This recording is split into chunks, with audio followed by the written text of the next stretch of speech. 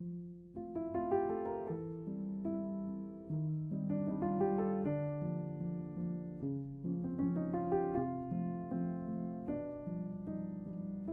the long history of Christianity, Reformation disputes of the 16th century and Enlightenment attitudes of the 18th were both to have a decisive impact that continues to this day.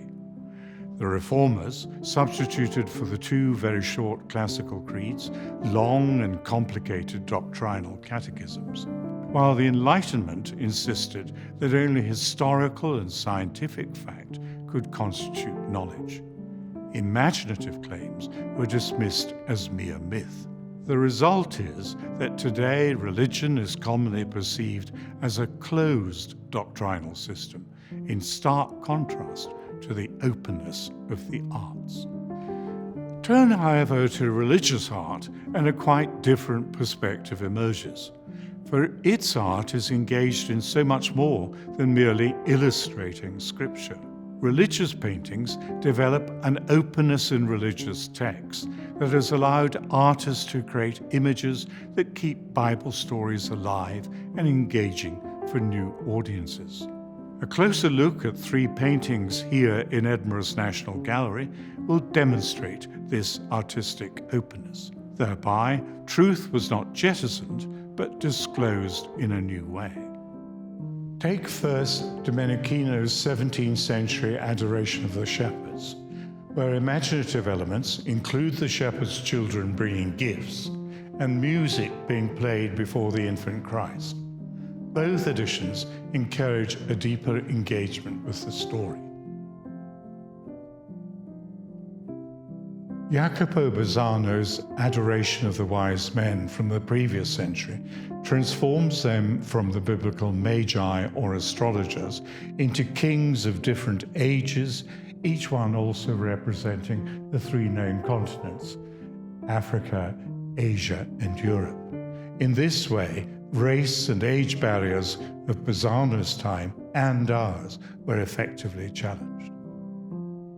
Finally, in Bernardo Dardi's early 14th century crucifixion, historical accuracy takes a back seat, as, contrary to both Roman practice and what the Gospels imply, the artist presents a closely crowded scene.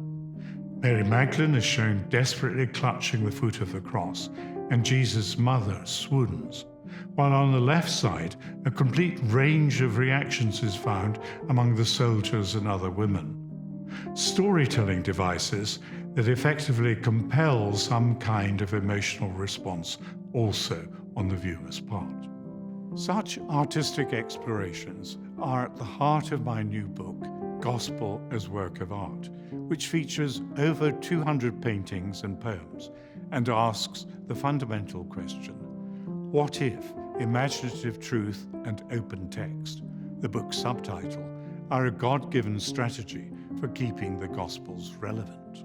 We need to challenge the notion that only facts matter and emphasize the power of imagination to reveal truth, both in the openness of the original Gospel text and in subsequent artists' and poets' expansions. Inevitably, readers will not always agree with my suggestions, but the book should help liberate them from any notion that historical literalism is the only way to truth.